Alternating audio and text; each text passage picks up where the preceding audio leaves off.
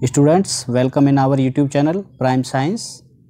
Students कैसे हो आप सब। मैं आशा करता हूँ इस कोरोना के समय में आप सभी अपने घरों में होंगे व स्वस्थ होंगे। बच्चों, जब तक हमारे स्कूल ओपन नहीं होते हैं हम जानते हैं हम ऑनलाइन ही अपने घरों से पढ़ाई करेंगे। हमारा यह वीडियो भी आपको ऑनलाइन पढ़ाई में हेल्प करेगा और इस वीडियो में हम आपको बताएंगे कि कैसे आपको अपने स्कूल से मिलने वाली वर्कशीट को सॉल्व करना है। इस वीडियो को देखकर आप केवल 5 मिनट में अपना होमवर्क पूरा कर सकते हैं और इस वर्कशीट के क्वेश्चंस के आंसर भी आसानी से दे सकते हैं। बच्चों, अब हम जल्दी से समझते हैं हमारा आज का टॉपिक क्या है और उस टॉपिक को हमें कैसे सॉल्व करना है।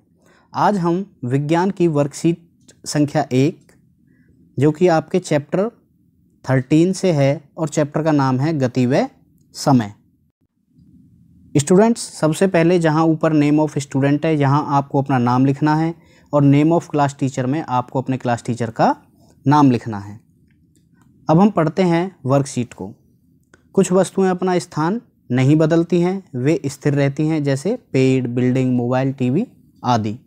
बच्चों, आप जानते हैं जैसे पेड़ है, पेड़ कभी भी अपनी स्थान को, अपनी जगह को नहीं बदलता है, वह अपने ही स्थान पर रहता है। जबकि कुछ चीज़ें आपने देखी होंगी, बस, कार, ऑटो, रेल, ये सब अपनी अवस्था को बदलते रहते हैं। इनकी अवस्था को ही गति कहते हैं। किन की अवस्था को गति कहते हैं?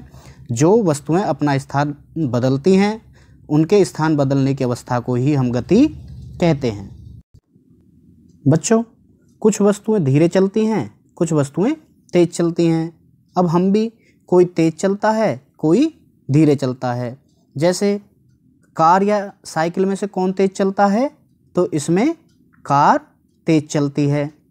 स्कूटर या कार में से इसमें भी कार ही तेज चलती है। और साइकिल या स्कूटर में से इसमें स्कूटर कार से तेज चलता है।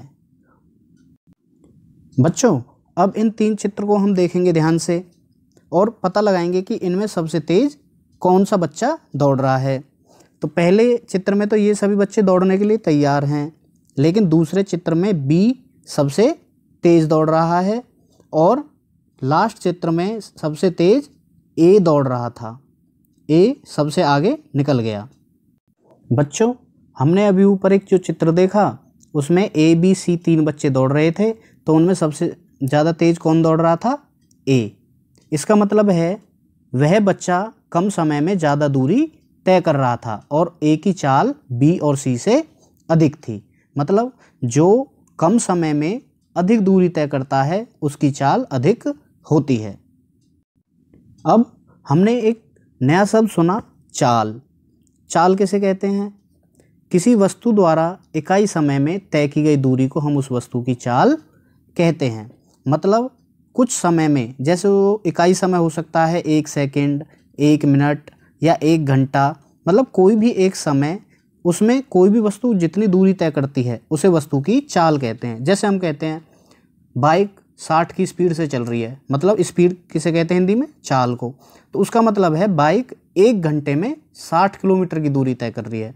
हम कहते हैं रेल 120 की स्पीड से चल रही है, उसका मतलब है कि वह ट्रेन 1 घंटे में 120 किलोमीटर की दूरी तय कर रही है। और चाल को निकालने का फॉर्मूला क्या होता है? बहुत सिंपल है। उस वस्तु की, जिस वस्तु की हम चाल निकाल रहे हैं वह वस्तु कितनी दूरी तय कर रही है और उस दूरी को तय करने में कितना समय ले रही है उसको नीचे लिखते हैं और दूरी को ऊपर, इससे इसको डिवाइड करेंगे तो हमारी चाल निकल जाएगी। स्टूडेंट्स, गति भी 2 तरह की है, एक समान और असमान।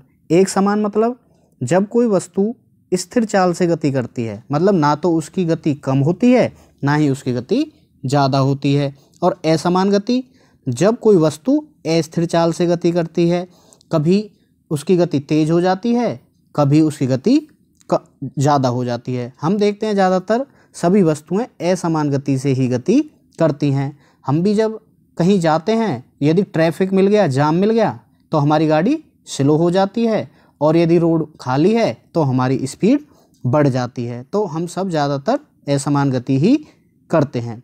आइए अब देखते हैं इन 2 प्रश्नों को जो आपकी वर्कशीट में आपको हल करके अपने टीचर को भेजने हैं। बहुत ही सिंपल से 2 क्वेश्चन हैं।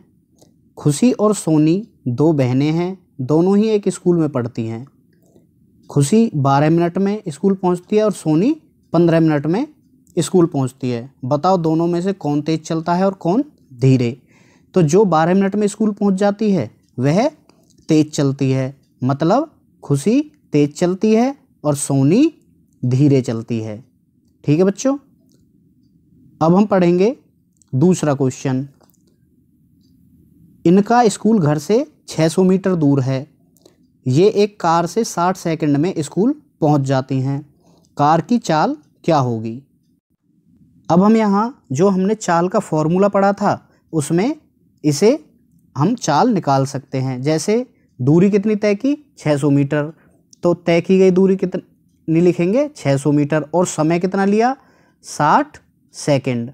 60 से 600 को भाग करेंगे तो कितना आएगा, 10 मीटर पर सेकंड, मतलब उसकी चाल 10 मीटर प्रति सेकंड है। वह उनकी जो कार है वह 1 सेकंड में 10 मीटर की दूरी तय करती है। बच्चों, है ना वर्कशीट को सॉल्व करना और समझना बहुत ही आसान। आप हमारे इस वीडियो को लाइक करते रहें व दोस्तों को भी ज़रूर शेयर कर दें ताकि आपके दोस्त भी इस वर्कशीट को समझ सकें। और सभी वर्कशीट का काम करने के लिए हमारे इस चैनल प्राइम साइंस को सब्सक्राइब कर लें। फिर मिलेंगे एक नई वर्कशीट के साथ। तब तक आप अपने घरों में रहिए, सुरक्षित रहिए। Thank you.